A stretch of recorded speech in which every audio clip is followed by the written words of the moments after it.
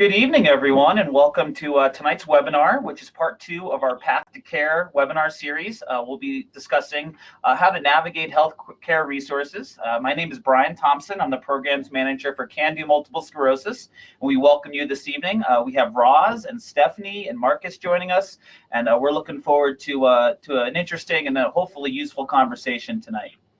For those of you that are new to Can Do MS, we provide health and wellness education programs for families living with MS for over 30 years. We do programs all over the country as well as in person.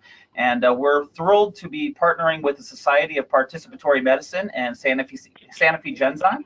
So please check out the great resources that we have to offer. Our website is cando-ms.org.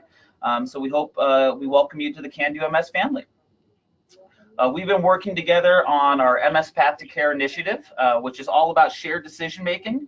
And so we have a number of great resources on how you can be active partners in your healthcare experience. So you can visit that website, which is mspathtocare.com. Part of this initiative has been a 3-part webinar series, and tonight is part 2. So again, we'll be talking about navigating healthcare resources. We hope this is an interactive conversation. So on your screen, and hopefully you've logged into GoToWebinar without too many issues. If you do, their support line is 877-582-7011. But they can help you get online here. And once you do, you'll see a control panel. And about 2/3 of the way down the control panel is a place for a chat box. And you can go ahead and submit your questions right in that box. And we're going to try to save 15 to 20 minutes at the end to answer as many questions as possible. Because your phone lines are muted, if you're calling in, unfortunately, you can't ask any questions, but we can take as many questions as we can through that control panel at the bottom. Also on that control panel is a spot that says handouts. There are 2 handouts in there, including an infographic that Roz and Stephanie helped to create, as well as a PDF copy of all the slides you're going to see tonight. We know this is an overwhelming amount of information, so we give you that as a resource to go back to at the end of the program. And also, tonight's presentation will be recorded and archived on the Can Do MS website, so you can go there and go back anything that you may have missed as a resource. So I'll go ahead and introduce our 3 speakers tonight. First of all, we have Stephanie Buxoveden, who's a nurse practitioner in Virginia. After Stephanie was diagnosed with MS, she decided to dedicate her career to helping others living with the condition. She actually worked at the very same MS center where she was a patient, and now she is a co-director of an MS Comprehensive Care Center in Fredericksburg. We also have Roz Kalb, who's a clinical psychologist who's worked with people with MS for over 30 years. She is a former vice president of the National MS Society, and now she is a consultant for the society as well as a programs consultant coordinator for us here at Can Do MS, and helps to create a lot of our programs and curriculum. And finally, we're thrilled to have Marcus Jones join us this evening. Marcus was diagnosed with MS about 10 years ago, and it's really been a call of action for him in both his career. He is the director of a Comp for Care, which helps provide personalized care plans for seniors in Virginia, and he is also very active with government relations through the National MS Society in Virginia. So we are thrilled to have Stephanie, Roz, and Marcus join us this evening, and I'm going to go ahead and turn it over to them.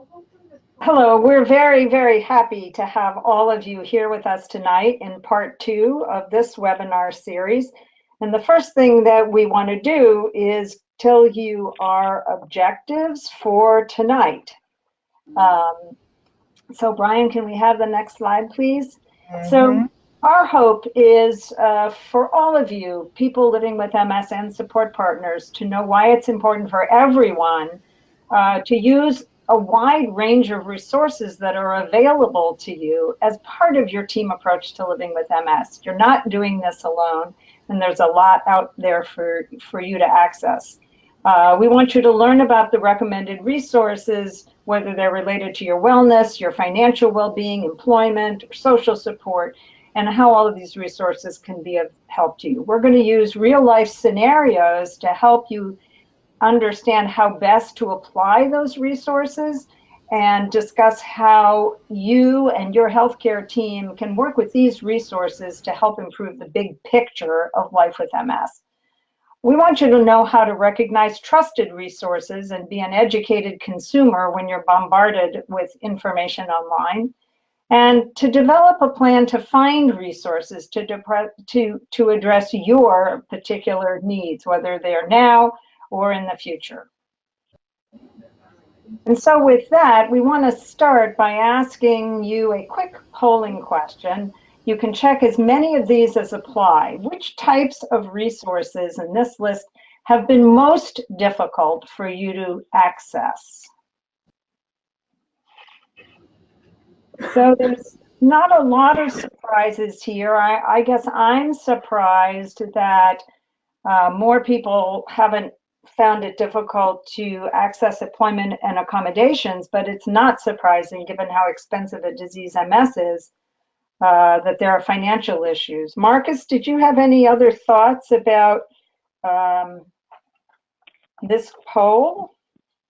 Yeah, I think it is surprising that the employment accommodations is so low, but I think it's a sign of the progress we've made as a society, that we have so many differently abled people who want to be in the workforce today, that companies are picking up the slack and coming to the table with accommodations that they need. So I think I think that's a good sign that that's so low, but I think it's a bad sign that the financial strain is so high. And one of the ways that we solve that is getting information to enough people around the support programs that the different companies provide. So that's great poll results. So I assume, Marcus, that when you were diagnosed, some of these same issues came to the fore for you. Do you want to share your story with everyone? Yeah, I'd be happy to, Roz.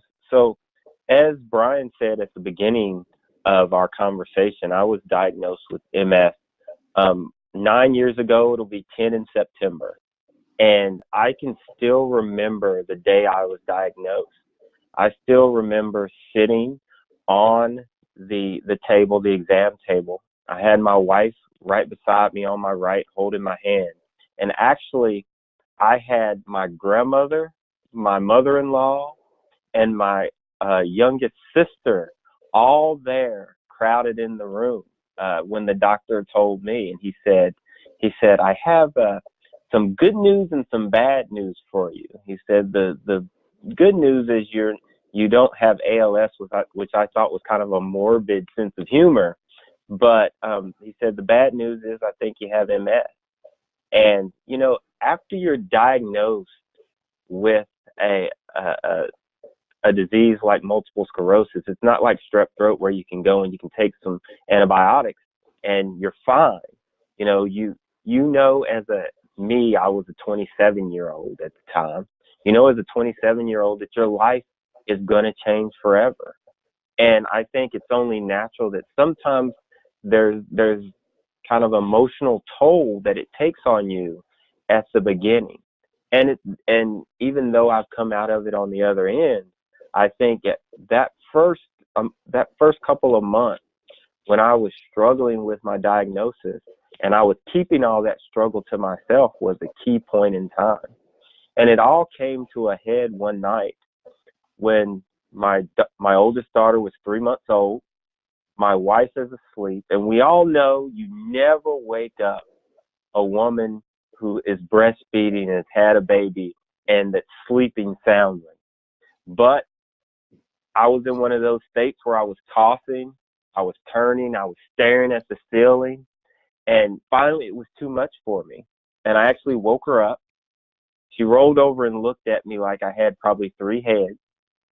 And I told my wife, actually, I said, Jess, I said, I know that you're 25 years old. We just got married a little over a year ago, and you didn't sign up to take care of someone for the next 50 years of their life. I said, I will totally understand if you want a divorce. And I actually told her that I would tell everybody it was my fault. I said, you can blame it on me. I'll tell them it's my fault. If you want to move on, I totally understand. And to her credit, and the reason why I'm still with her 11 years later, is she actually looked at me like I had 6 heads this time, told me I was being silly, and rolled over and went back to sleep. So, after that happened, it was a decision that I had to make. Okay, now that I know that my family's with me, my support partner is right there by my side through thick and thin, what am I going to do? I had a choice whether I could kind of internalize it and let it hold me back, or I could go and attack it and say, you know what, I might have MS, but MS doesn't have me. And I decided to fight, and I decided to become an advocate for those of us with MS. I decided to do everything I could not to be silent about my diagnosis, and pretty much I tell everybody that I meet within the first couple of minutes that, yeah, I have MS, because I want them to see that just because we have MS, that doesn't mean we're limited. It doesn't mean our life is over. It might mean we have to make some adjustments, but it doesn't mean that we can't go on living a productive life. So that's what I've tried to do. So do you want to introduce us to our first vignette? Yes, I think Lisa has a lot of similarities to me when I was first diagnosed. I was 27. Lisa's 24. She's a married graduate student. I just finished graduate school and had my probably second real job, and she's been recently diagnosed with MS. So, Stephanie, can you tell us a little bit about what Lisa needs and how we can get Lisa off on the right foot when she's first diagnosed? Yeah, absolutely. And just like you said, and I love your story, Marcus, Lisa is a little bit like me too, and a lot like all of us, because MS tends to be diagnosed when we're young and we're still in school and starting families and trying to get our careers off the ground, and then we get hit with this diagnosis. So Lisa really has a lot in common with a lot of us, right? And the first thing Lisa needs to do is gather information, and her primary sources of information should first consist of her healthcare team. And this is an overwhelming thing at first, right? You don't know who to turn to, you don't know what to do. And if you missed our first webinar, I highly encourage you to go back and watch it, because it's all about how you build that healthcare team. And similar to what we're doing tonight, we're going to walk you through what that looks like throughout each phase of MS, newly diagnosed being one of them. And then, we all have to learn more about MS once we are diagnosed, but you have to make sure that you're going to trusted, reliable sources, right? So a suggestion that we're making here is the MS Society's Knowledge is Power series is really, really fantastic. And it's a great way to start. And then in terms of treatment, again, that's where your healthcare team comes in. So that's going to consist of your neurologist, your MS specialist, your nurse, a psychologist, and a primary care physician, right? Because Lisa's going to be coping with a lot. She wants to make sure that her mental health is taken care of in addition to her neurological health. And then something that a lot of us who are young don't think about is primary care. Primary care becomes really, really important, especially when you have MS, because you have to really focus on your whole self and making sure you're doing everything you can to stay as healthy as you can.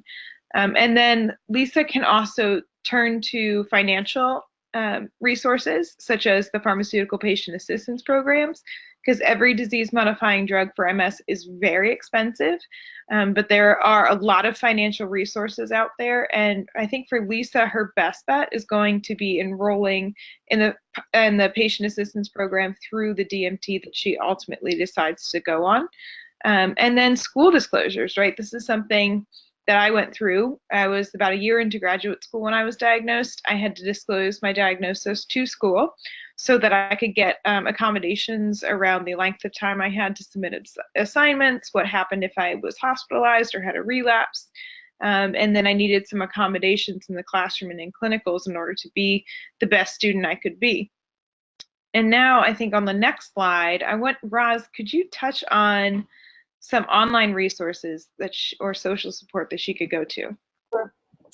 Thanks, Steph. So in addition to all those first-line resources that Steph talked about, social support for Lisa and her husband are critically important right from day one. This isn't a diagnosis just for the person who receives it, but certainly for any support partner, whether spouse, partner, parent, best friend, who is also impacted by the diagnosis. So anybody who is impacted by MS in any way is encouraged to call the National MS Society's MS Navigators.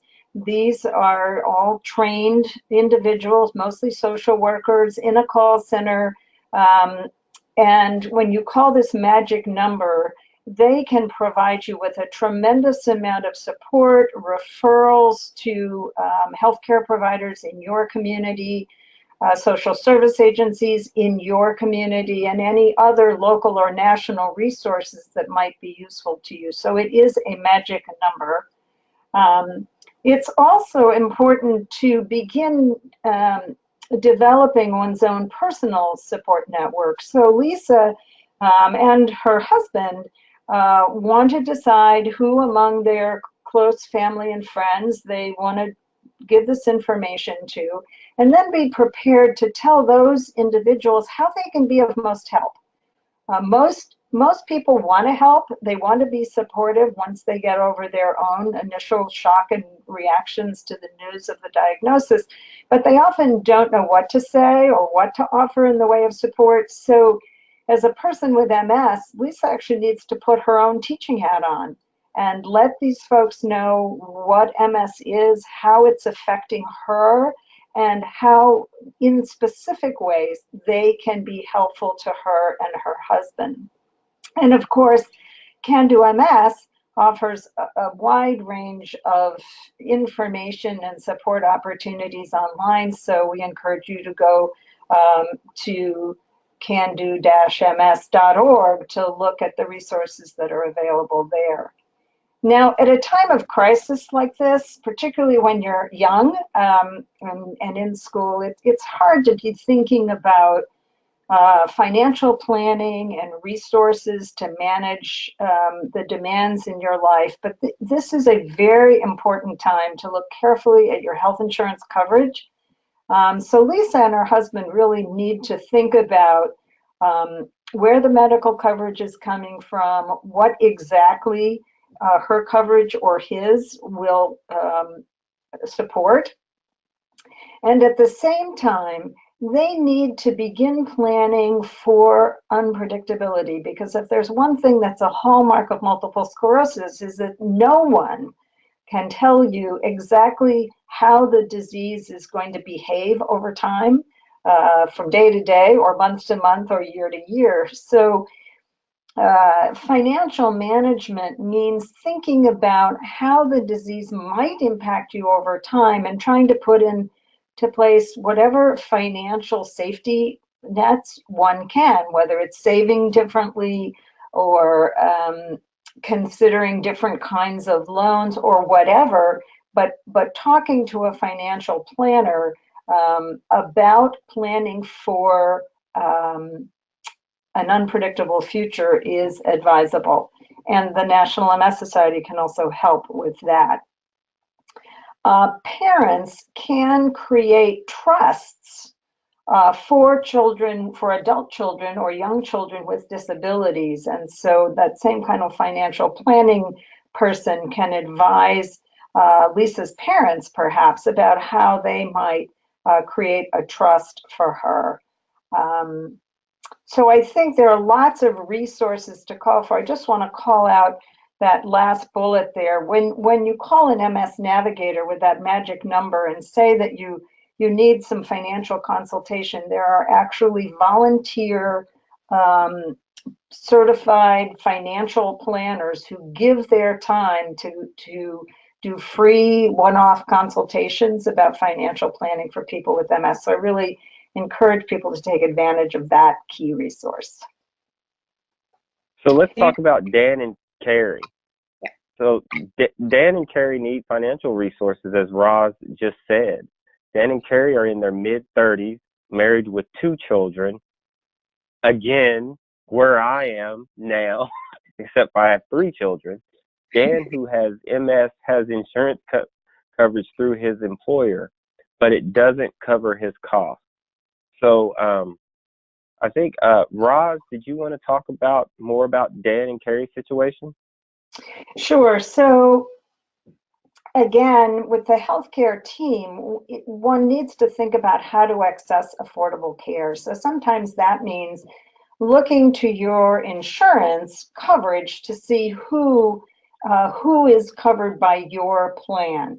So ideally, you can find an MS specialist who is in your area, who is also covered by your plan. And this is an area where, again, the National MS Society can help by identifying providers who are in your local community, and then you can cross-check that with your insurance coverage. Again, offering financial assistance from the society is important. In terms of coverage for those expensive disease-modifying therapies that Stephanie was talking about, each of the companies does have a patient assistance program. So it's very important to talk to the company that manufactures your medication, whichever medication you and your healthcare team decide on, to determine whether you qualify for the assistance that they provide. They're quite generous and they're quite good, but of course not everybody meets the qualifications for that kind of patient assistance. So there's also something called the Patient Assistance Network, or the PAN Foundation, which offers assistance to people who can't get coverage through their pharmaceutical patient assistance programs. They have money sometimes and not others, so it's really important to check periodically, because when they run out of money, they close it down, and when they get money back, they open it up. So you have to be persistent. The Department of Aging and Rehabilitation, as well as state vocational rehabilitation offices, can help people with employment questions and also with other resources. And other voluntary health organizations or advocacy organizations also offer key resources. So for example, the MS Association of America, or MSAA, they offer financial assistance for MRIs, for cooling equipment and mobility equipment, and they also have computer assistance programs, so they're very important to check out. So managing the cost of MS care is challenging, and Stephanie, you have a lot of experience for this from both sides of the table, so do you have anything you want to add to this? Yeah, absolutely. And I think this is a topic you should not be afraid to bring up with your neurologist, because I talk about the financial impact of MS at almost every visit. I feel like sometimes I talk about this all day long, because we can only deliver quality care to you if you can afford that care. So I do want to reemphasize what Roz said. Definitely make sure you're plugging into the patient assistance programs through the disease modifying therapies. But if you say have Medicare or Medicaid and don't qualify for those assistance programs, foundations like the PAN, and there are a couple others that are up on the MS Society's website, that's the way that a lot of my patients get their expensive DMTs. But they do run out of funding. And so you might look at the website and it might say, we're not accepting applications, there's no funding at this time. But I tell patients to check back a couple times a week, if not daily, because they will open that up, and then you can submit your application and get a grant through them. And you can comparison shop for things like MRIs, and a lot of people don't realize that you can check into the cost of an MRI at multiple different facilities, and at least in my area, there's a pretty huge difference in cost from place to place depending on your insurance. But if you still can't afford it, the MSAA is a great resource. I have a lot of patients who have gotten laptops through them, who have gotten MRIs paid for through them, and I would really encourage you to check out their website. Great. Thank you. Good. So now we're going to talk about Susan, who may need to retire from her job. She's a 45-year-old elementary school teacher with MS symptoms that are increasingly interfering with her work performance. First of all, Susan definitely needs to work with her healthcare team and help manage those symptoms, right? So her neurologist, physical and occupational therapy can help her with mobility and with adaptations in the workplace that could be extremely helpful for her. And a neuropsychologist can help assess her cognition and see what areas she might be struggling with more and then make recommendations. And then, as needed, each of these individuals can help support accommodations and disability claims down the line.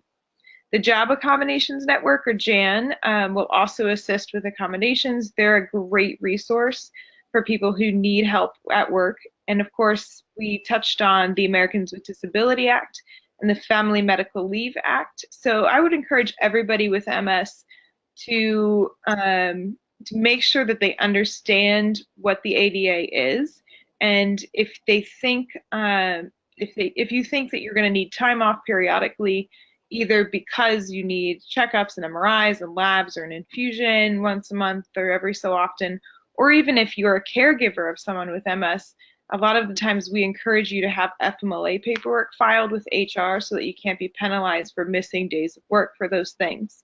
And the National MS Society has a number of wonderful, great employment resources, including the Social Security Disability Guidebook, employment publications, employment consultations, and there are multiple webinars on this topic from the MS Society and Can Do MS that I would definitely encourage you to check out.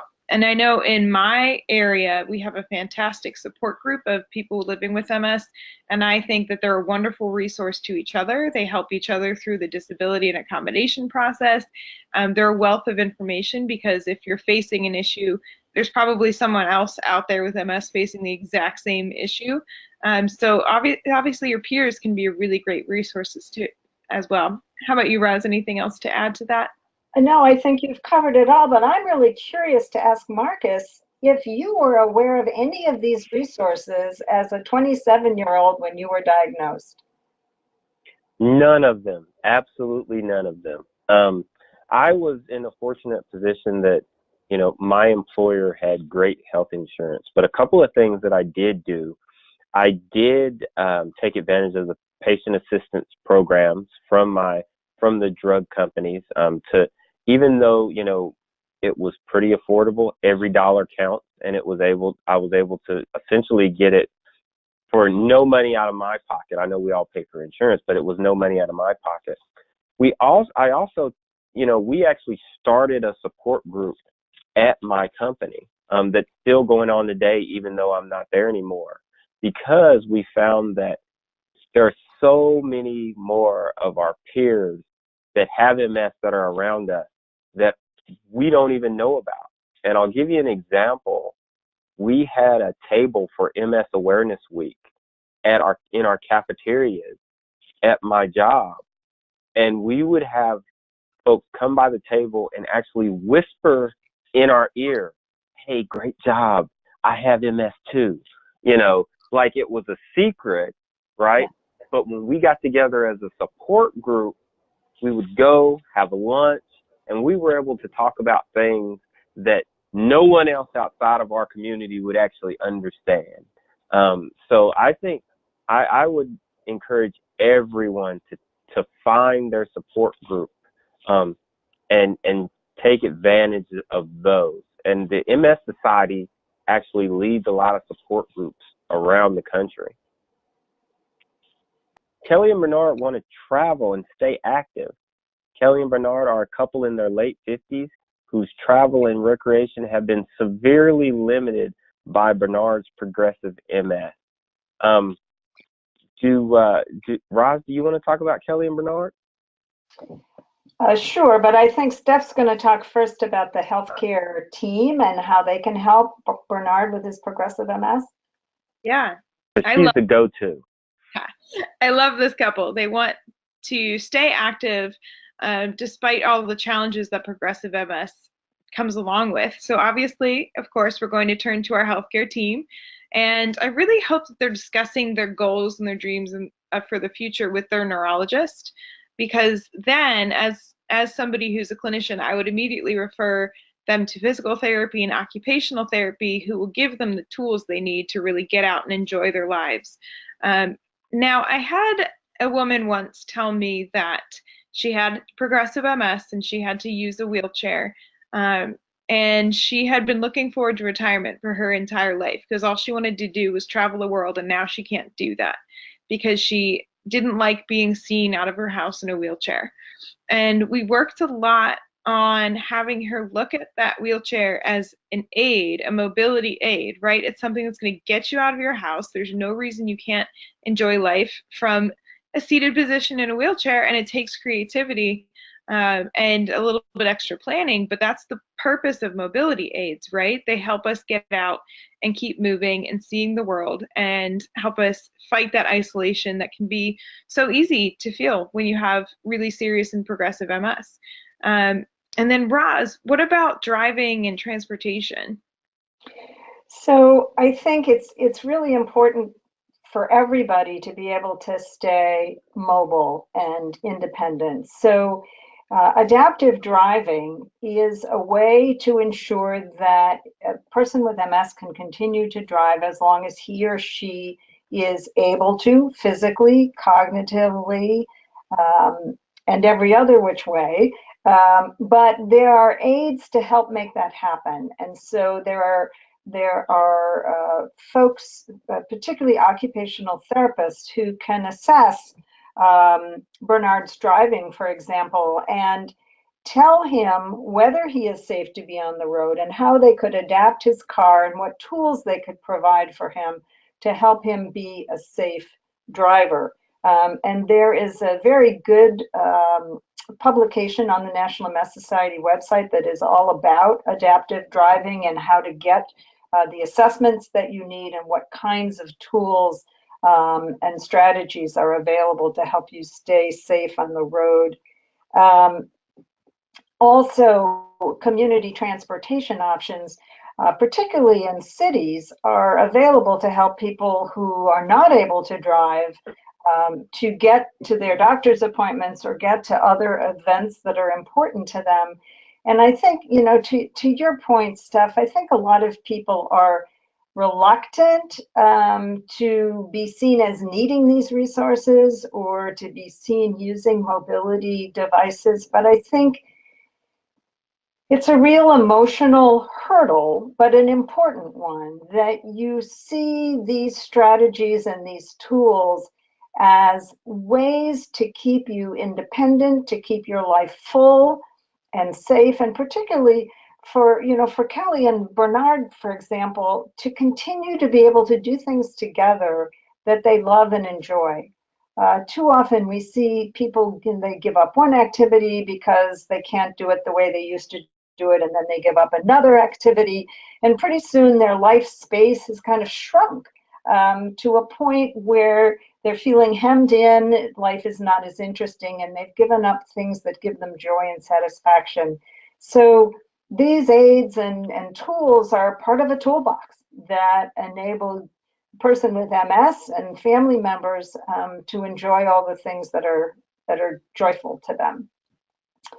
The National MS Society has a wonderful webpage on accessible travel that lists ways that you can travel agencies that specialize in the needs of people with disabilities, a couple of wonderful books authored by people who specialize in this. So if travel is something you enjoy, you don't have to give it up. In fact, you know, it can be just as exciting, just as interesting as it was before MS if you tap the resources that are out there to help you. And the same with adaptive sports. At Can Do, we often see people who give up a sport that they love because they can't do it exactly the way they used to do it before, or they can't do it as competitively as they did before.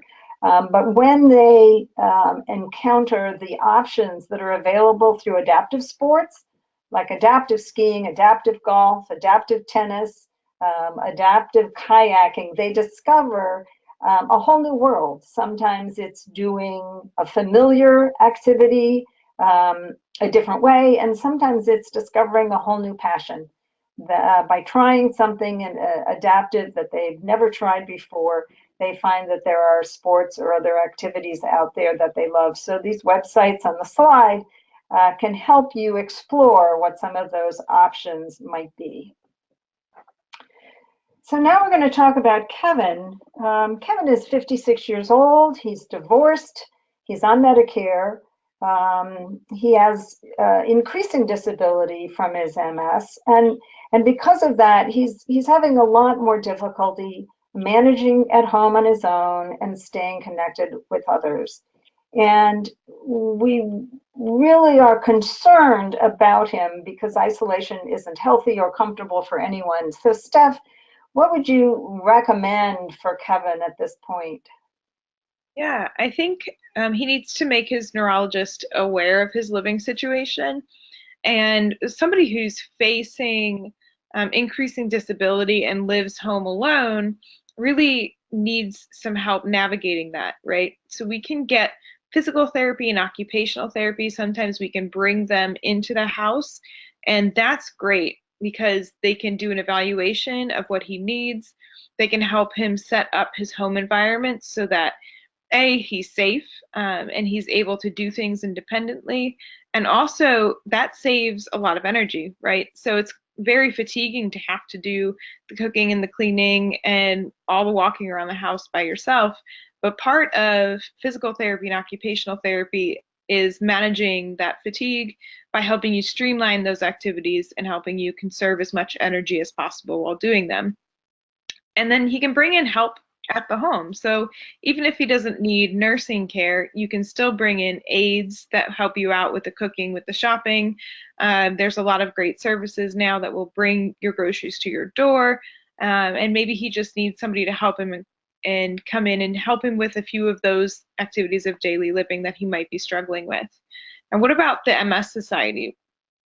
So this is another area in which the National MS Society can be extremely helpful. The MS Navigators not only can help Kevin identify resources and ways to get help in the home, but they can help people connect with one another. So there are peer connection programs where people with MS can sign up to be a peer support partner for someone else, and it's almost like a match.com where they help match you up with somebody who's suited to you, and you can have that peer support. You can have friendly home visitors, somebody who comes and calls on you.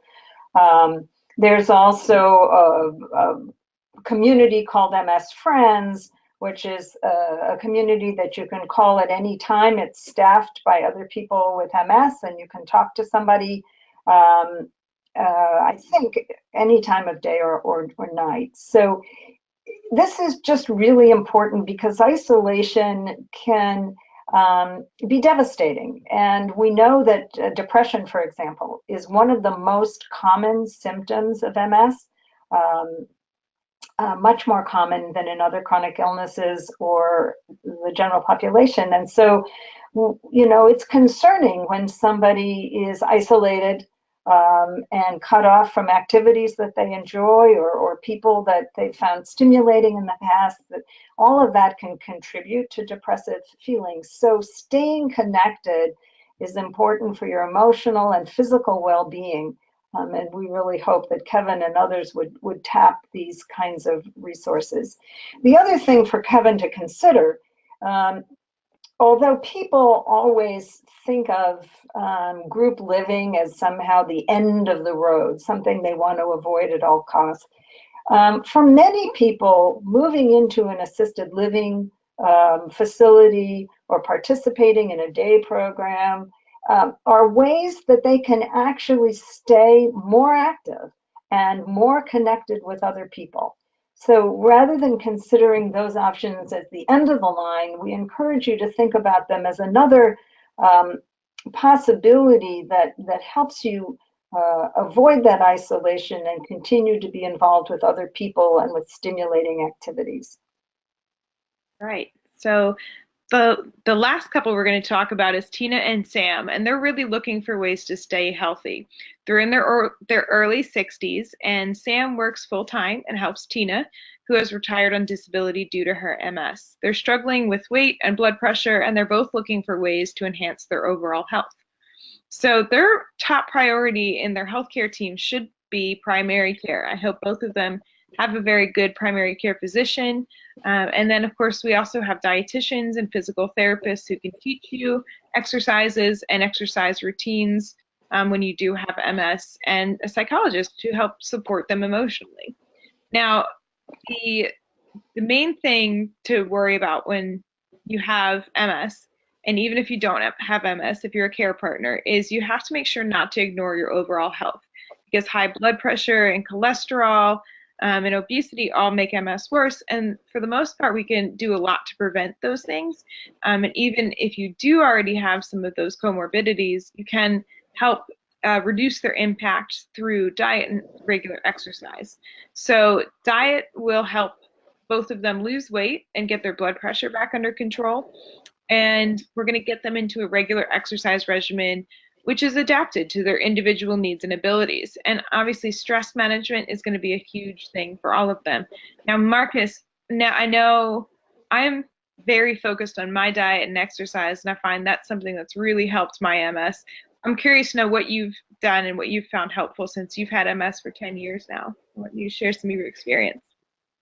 Wow. So, I was a pretty active person prior to MS. And I think one of the keys to keeping me in a positive state of mind has been to try to continue the things that I was doing before with a little tweak, because as we know, as we get older, we have to tweak some things. But also, really paying attention to my diet. I actually went to a dietitian for the first time probably about 3 or 4 years ago, and had her map out kind of where I was at that point in time, and kind of a diet that would get me to be where I wanted to be, because that's one health matter that I don't have to worry about if I'm taking care of my diet and staying active. So I think diet and exercise is key, and we can always find healthy activities to do that fit the level of disability that we're at if we try hard enough. Yeah, that's so true. And Roz, can you tell us a little bit more about what the MS Society has to offer? Sure, but before I do that, I just want to really emphasize that all of these messages are not only for people with MS, but for support partners as well.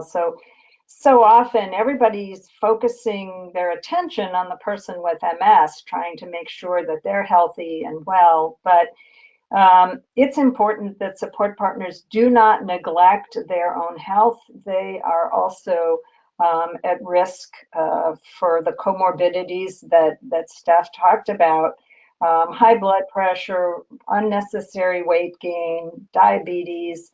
And you can't be a healthy person and a good support partner if your own health is not getting the attention that it deserves. So I just want to encourage you, as you think about this, that all of it applies to both of you. And again, the National MS Society has a whole area of its website devoted to wellness, because whether you're a person who's living with MS or you're a support partner, your overall wellness is important, not just your physical health, but your emotional health, your cognitive well-being, your spiritual well-being, the way you engage in intellectual pursuits and your work. All of those come together to create your overall wellness.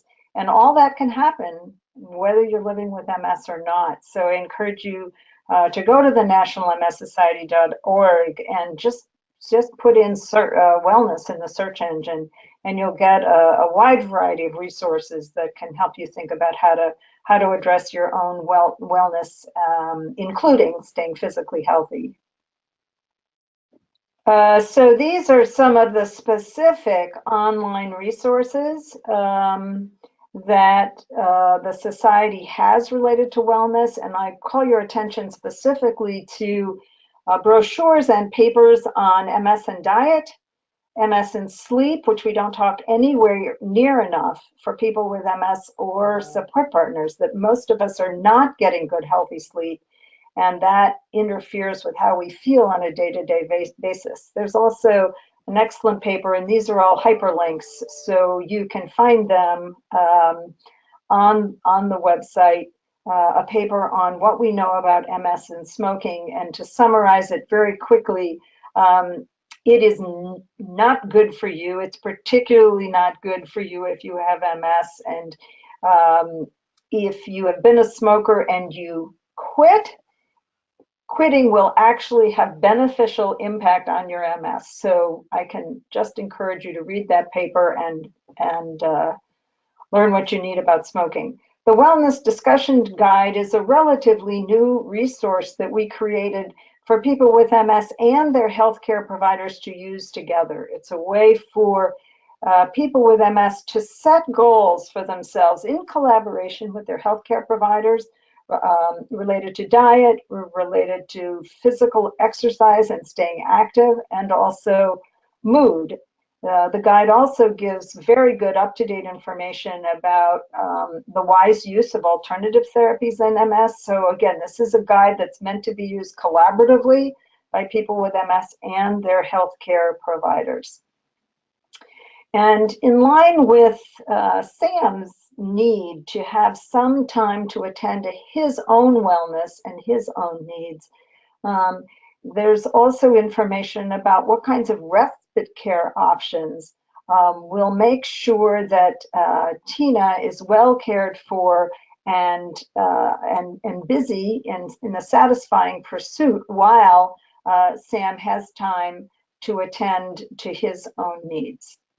So check out all of those resources on the National MS Society's website.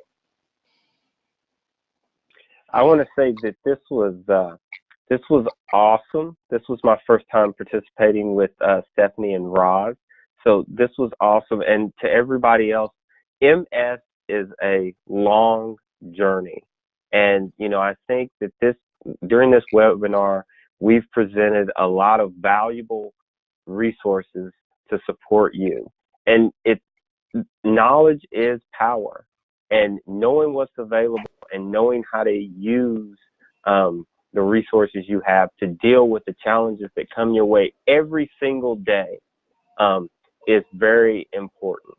And, you know, I know, you know, if you're like me, you're stubborn and sometimes you don't want to look things up. I think what they say, guys are notorious for not wanting to ask for directions. Well, there's no shame, there's no weakness in using these resources to allow you to live your best life possible. So I encourage everyone to use trusted resources. When in doubt, go to your healthcare team, Can Do MS, or the National Multiple Sclerosis Society. Resources at those organizations will point you in the right direction. And remember to be an educated consumer. As a former software engineer, I am here to tell you that everything on the internet is not true. Everything on your Facebook feed is not true. So really check with those trusted resources and like Can Do MS and figure out what the best information is so you can use those tools to make your life better. All right, thank you so much, Roz and Stephanie and Marcus, for sharing your time and your perspectives and your stories. It's so humbling to have such knowledgeable expertise that's so dedicated to our mission of providing education and support and motivation to our MS friends and family out there. So thank you so much, everyone, for joining in and participating as well. We have time for a few questions here, and we covered a lot of different hypotheticals, a lot of different scenarios. Hopefully at least one of them, something rang true for you and resonated, and hopefully you got some new resources out of this. Probably the most common question we received, Roz touched on, is that you will receive a PDF copy of all the slides with the hyperlinks. So a lot of these slides you could just click right on the title there, and that'll bring you right to those different web pages. So they will be available for you right on that PDF in your handouts. So we touched on a lot of different types of resources. We received a lot of questions about other types of resources. So I'm hoping that we can just go dive in a little deeper on some of these that were really commonly asked. The first is with housing, and Roz touched upon that sometimes group living and assisted living really works for a lot of people. But for some people, they're still really hesitant and want that independence. What types of resources are out there that they can specifically sort of gauge what the spectrum of housing options are? So I'll start, and Stephanie to jump in. So I think that some people opt at some point to look at something called assisted living. So in an assisted living arrangement, you live independently in your own space, but there are some services available centrally to all the people who live in that space. So some people who need assistance with some meals, or they need help with some chores in the house, they might be able to get that within this independent living arrangement. So that's certainly one of them. There are also life care communities where people of a certain age can move in, and typically the youngest age is 60 for many of these facilities. So one person in a couple needs to be at least 60 and with or without a disability, but certainly a person with MS or a couple that's dealing with MS could consider one of these. And what's nice about these life care communities is that you move in and your living is independent, but you might have shared meals if you want them, or shared activities if you want them. But if you, either because of age or disability, require more services, there are different levels of care within the same community. So then you could move into an assisted living apartment in a place like this. And ultimately, if need be, there is a nursing home place, but you've never left that geographic area. You're in one facility, you're just moving to different levels of care. And of course, there are long-term care facilities or nursing homes. And there are some actually that specialize in younger people and younger people living with MS. And so the National MS Society is another good place to find out about those residential facilities that have a lot of experience with MS and specialize in MS care. So there's a wide range. And as Stephanie mentioned, before you even consider that, you can think about living in your own space, but bringing help into your space, whether it's with household chores or medications or other kinds of help, a wide range of options. Yeah, yeah. And I think what I love about those kinds of communities is it's so great for isolation, because you have your built-in group of friends right there. You're going to have a lot of activities that you can do. And then it's going to spare you a lot of energy, because if you need it, meal preparation's taken care of, a lot of the chores are taken care of. So it's really a worthwhile thing to consider if just managing your day-to-day life is getting harder, and also you're feeling more and more isolated. And you can tour these facilities, so you can look up which ones are in your area, and you can visit each one. They will give you a tour, they'll give you lots of handouts and information. You can see the space, you can ask questions, and then you can determine if that is right for you. Great, thank you so much. Great answers. Marcus, this might be a great question for you, because I know you're involved with helping people get adaptive equipment, whether it's lifts in a bedroom or slings to help people in the bathroom. Can you talk a little bit about where people could go to find affordable resources to help with those adaptive equipment needs? I would definitely point them to the Navigators program. I mean, those folks do a great job of having an individualized knowledge of each locality to point you where you need to go. Also, different states may have programs that will allow you to get low interest loans to be able to purchase that type of equipment, because some of it's not covered under Medicare or Medicaid. You might need an accessible van, or you might need different types of controls on a standard vehicle to be able to continue to operate it. So I would first point everybody to the National MS Society and their Navigators. And a lot of folks, like, so my company that I own, we actually sent in to the Navigators to get onto their list. So a lot of the vendors that provide different services have already submitted their information to the Navigators, so the Navigators can point you exactly where you need to go. I was just going to add too that the Department of Aging and Rehab will also help you equip your car. So say you need a scooter, but you're still working, they could help you install lifts, help you install hand controls for your car. And I would also emphasize the Multiple Sclerosis Association of America, the MSAA, which we included in our slides. They have an equipment program as well, so you can help. Well, they will give you free like canes, walkers, grab bars for the bathroom, shower chairs, things of that nature. And at least in my area, we have an equipment exchange, which is a store that people turn in their gently used equipment at a much lower price that people can then come in and purchase. So you can look into that and see if something like that is in your area as well.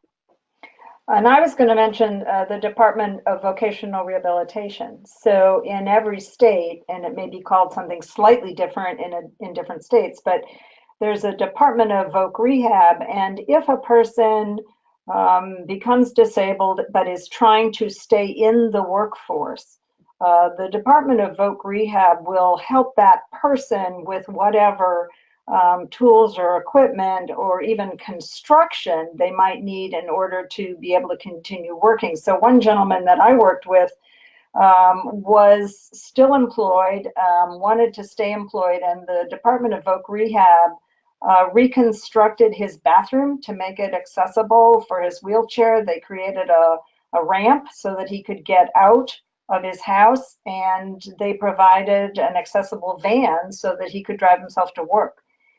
So as resources get tighter nationwide, some of these things vary, but it's definitely worth talking to your state Voc Rehab to see what they might offer you if you're still employed. Great. Thank you so much. Another topic that we touched on is nutrition and diet. And as Marcus mentioned, we definitely recommend people going to see a dietitian. For a lot of people, whether it's because of geography or finances, that's not necessarily an option. So they turn to the internet, and I think that's one of the areas where there's a lot of the most misinformation, fad diets and miracle diets. Can you talk a little bit about trusted resources that you guys know of that we could direct people to if they can't go see a dietitian to find out about trusted nutrition and diet information? There is a paper on the National MS Society's website by Dr. Bhargava, Bhargava, and he summarizes what is currently known about some of the most popular diets that people with MS want to try, and also talks about what are the key components of a healthy, balanced diet. I think that the magic answer to this, unfortunately, there is no specific diet that will change a person's MS or make a person's MS better. But the general recommendation is still a heart healthy diet like you would see from the American Heart Association, that's high in fiber, low in fat, moderate in salt, low in alcohol consumption, and very high in fiber. And just to make sure that you drink plenty of water, even if you have bladder issues, because restricting fluid intake does not help, right, Steph? Right, absolutely. And I think, this is probably the most common topic that we discuss at Can Do MS webinars too, right? So we do a lot of wellness webinars here.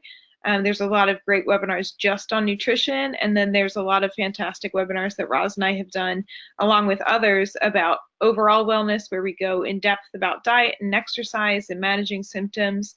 So I would definitely turn towards the archives in the Can Do MS webinar section too, and check out some of those that we've done in the past. That's great. Thanks for bringing that up, Stephanie. Appreciate it. We'll talk more about some of those resources in a little bit. Marcus, I wanted you to ask a question. In a lot of the comments that we're getting from viewers, the words red tape and frustration and expletives that we can't say on a family educational program. As far as accessing a lot of these resources, can you talk a little bit about how you overcame some of the roadblocks and some of the red tape and some advice that you could give to others going through the same experiences? When in doubt, ask sooner rather than later.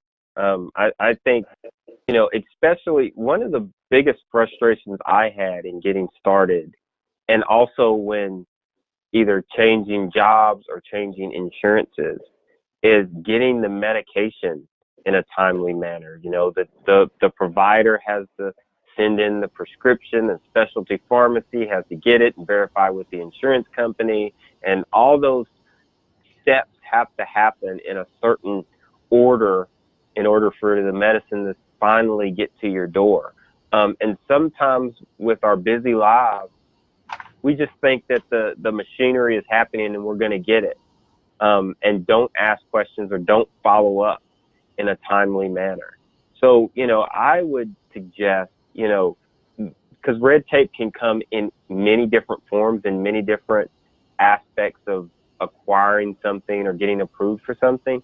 When in doubt, ask sooner rather than later. Give a call to your doctor's office. Give a call to whatever provider that you're working with and say, hey, I just want to make sure you got my information. Did my doctor fax over the orders? Have you gotten everything back from the insurance company yet? Because a lot of times it's something simple that can be done, hey, maybe something slipped through the cracks that you can submit and get get things fulfilled sooner. So don't ever assume that it's going to go smoothly.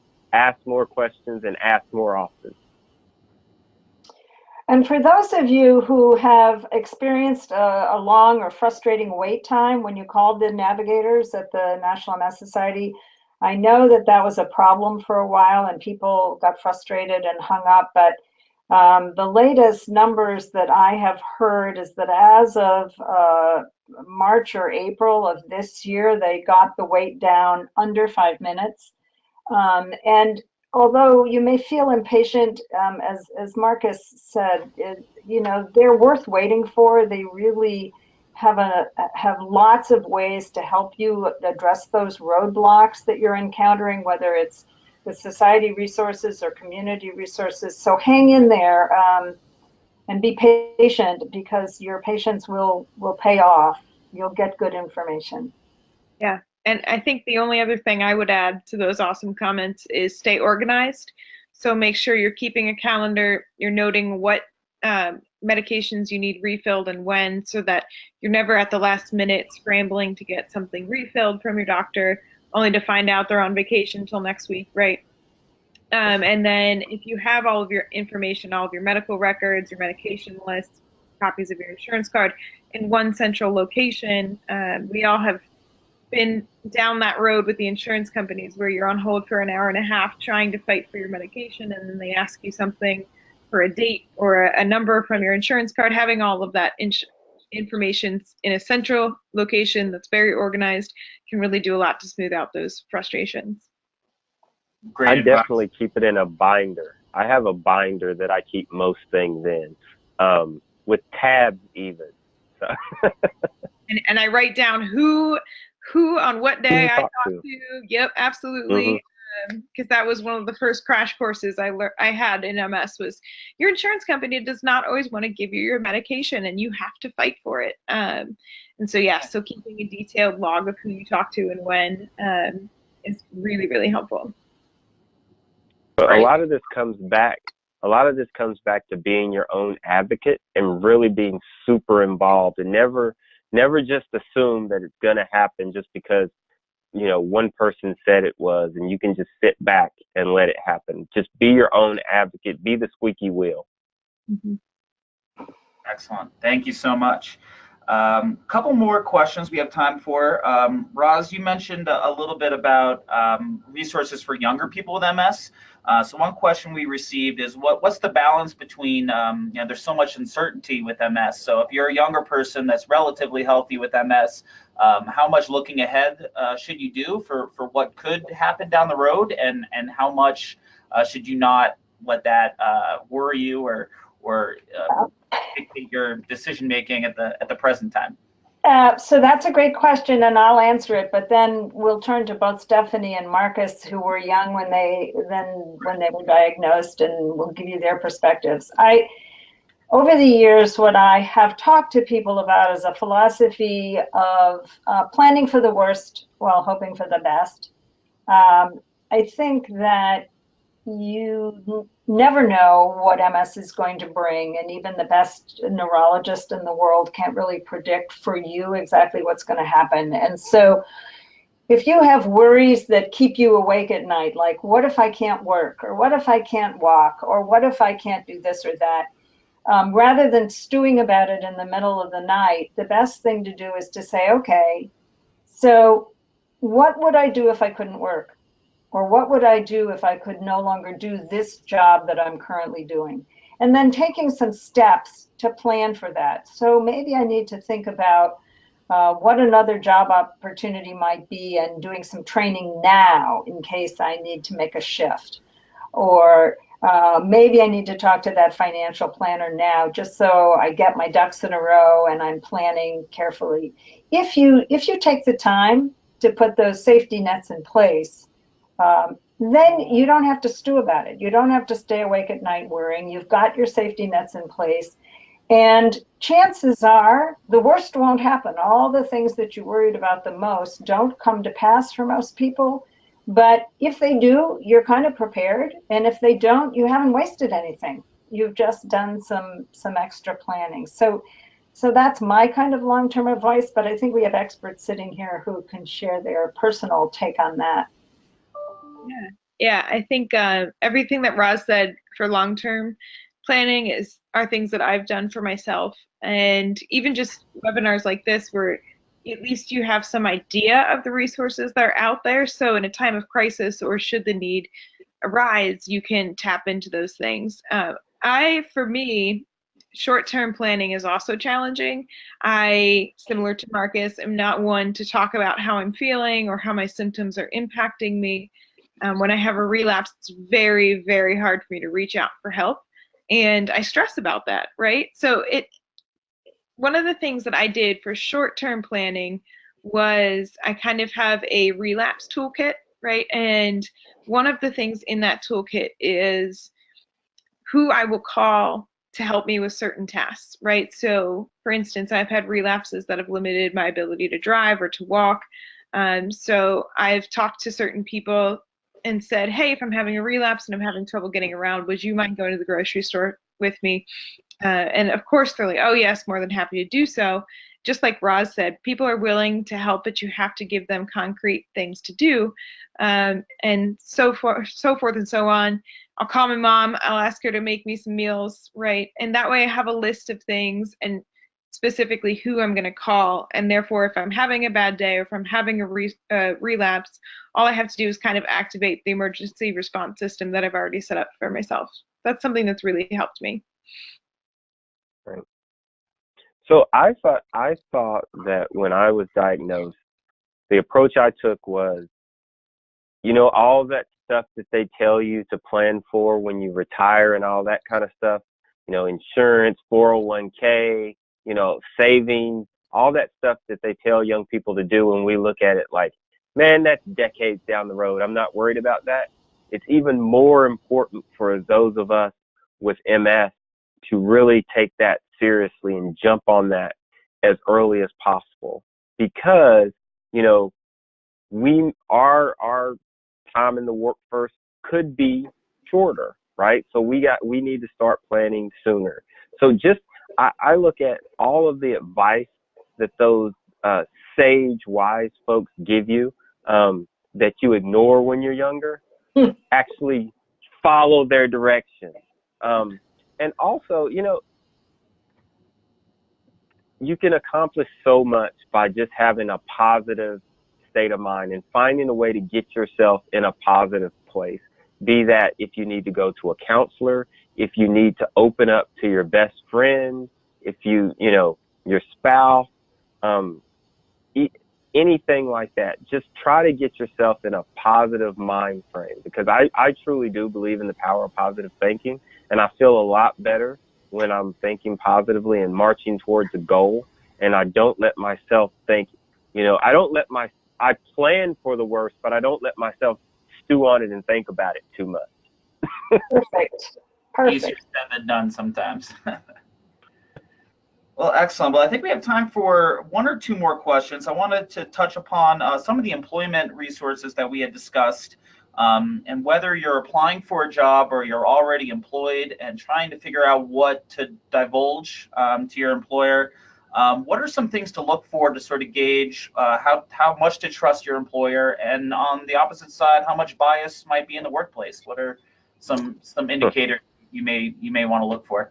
So it's a great question, Brian, and I think the fact of the matter is that it's very hard to tell, right? So the bottom line is that if an employer wants to get rid of somebody with or without MS, they find ways to do it, right? They eliminate a position, or they come up with some.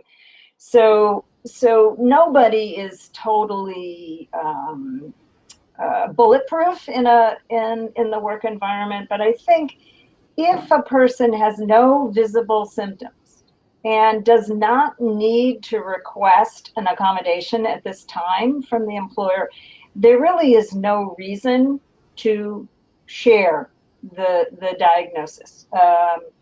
But that being said, some people are just not comfortable, and some people work in a very small, intimate environment, and they feel better if people know. So my suggestion is to go to the National MS Society website, which actually has a decision tool that people can walk through about sharing their diagnosis in the workplace. And it answers questions like when to tell, whom to tell, and how much information to provide. And it's actually sort of a worksheet that you walk your way through. Also, among those MS navigators, there are employment specialists. And since each employment situation is very different and each person's situation is different, I really encourage people to call the navigators and ask to speak to one of the employment specialists to just work through a personal decision like this. Because there is no one size fits all answer. Great. I think we have time for one more question. It's a controversial but common topic, and that is with cannabis and MS. As far as what we learn, what we know now, and what kind of research is coming down the pipe, do we know what the types of resources are out there to learn more about cannabis and MS? Yeah, absolutely.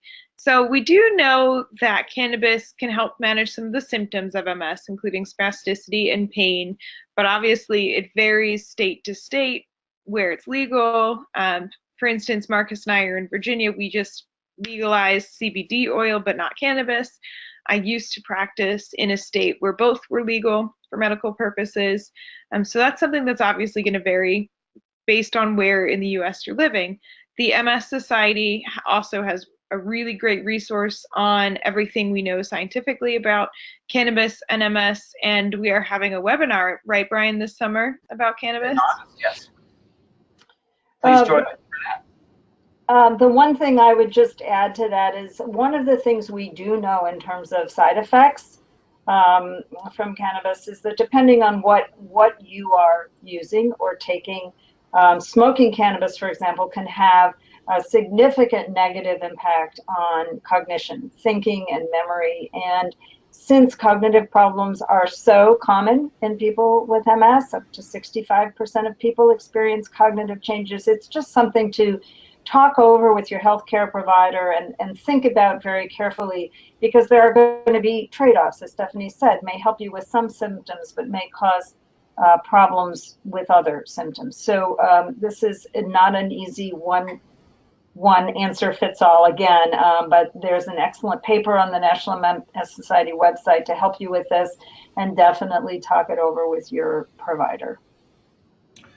Great. Well, thank you so much for all that awesome information, and thank you everyone for sending in your questions and for joining us this evening. I'd like to tell you about a couple more resources that are out there for you to get some more information. As Marcus said, knowledge is power. Stephanie mentioned that we have a lot of webinars, both archived on our website and also coming up every month. We focus on a different topic of wellness and living with MS. So they're all free of charge, and you can register online at cando-ms.org. In addition to the webinars and the articles, a lot of which Stephanie and Roz have written, we have a program called Ask the Can Do Team. And so if you didn't get your question answered tonight, you can submit your question online, and we'll pass that on to one of our consultants and our healthcare team across the country to try to get an answer to your question, or at least point you in the right direction. And then we do a number of in-person programs all over the country. So please visit our website and see if we're coming to a town near you, and we'd love to see you at a program.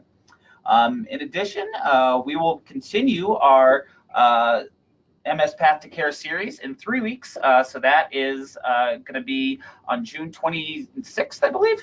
And we're going to be focusing on strengthening our support partnerships. So again, please go on to mspath2care.com to learn more about the different programs that MS Path to Care has to offer and some of these great resources. And as I mentioned, we will hopefully see you in 3 weeks. If you've registered for tonight's program, you're already registered for the final in our series, which again will be on support partnerships. As we've mentioned, MS is a whole family circumstance, and so we want to get the support partners in on this shared decision making and being active participants in thriving with MS. So hopefully you will join us then. Again, this will be archived on our website, so you can go back to watch. And then finally, once I click close here, you're going to get a survey on your computer. So we would love to know what you found valuable tonight, and what we missed, and what hopefully we bring to you next time. So please take a moment to fill out that survey and let us know how you enjoyed tonight's program. And we'll see you in 3 weeks for the final of our MS Path to Care series. So thank you all for coming, and thank you to Marcus, Roz, and Stephanie. Any closing words for our audience tonight? It was a pleasure to be here. We hope that this was helpful, and we really do look forward to your feedback so that we can continue to make the programs better. And it's great fun to work with Stephanie and Marcus, and you too, Brian. Thank you very much. All right. Have an excellent evening, everyone, and we will see you in 3 weeks. Take care now. Bye. Right.